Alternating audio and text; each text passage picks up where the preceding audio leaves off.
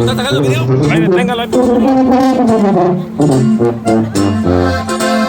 Ahorita mató a su novio porque ella no la quería y con otra iba a casarse.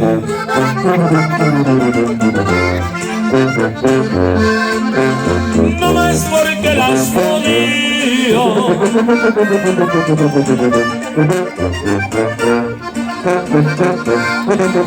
Hallaron dos cuerpos muertos al fondo de una parcela.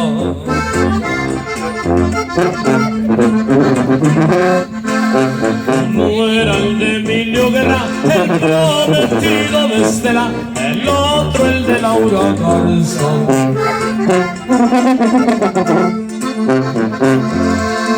Y la maestra de la escuela.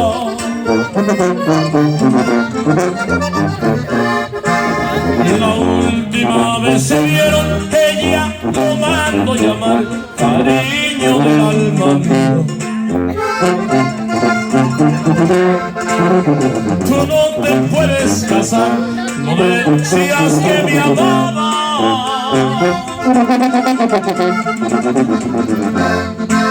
Que era cuestión de esperar.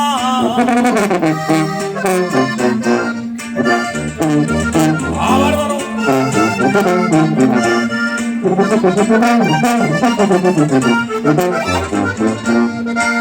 Tú no puedes hacerme esto, que pensará mi familia. No puedes abandonarme después que te di mi vida. No digas que no me quieres. Como antes si me quería.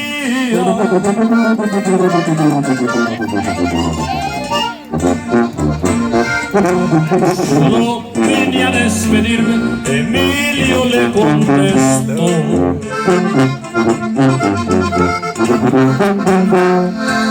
Tengo a la chica pedida, por ti mi amor se acabó, que te sirva de experiencia. Lo que esta vez te pasó, no sabía que estaba hermana y su muerte muy cerquita de la bolsa de su abrigo.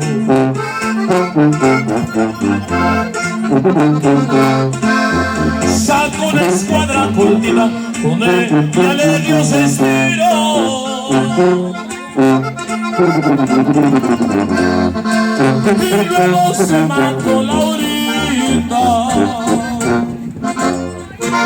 Ahí quedó, compadre. Gracias. Thank you very much. Mercenarios con el compa Aníbal.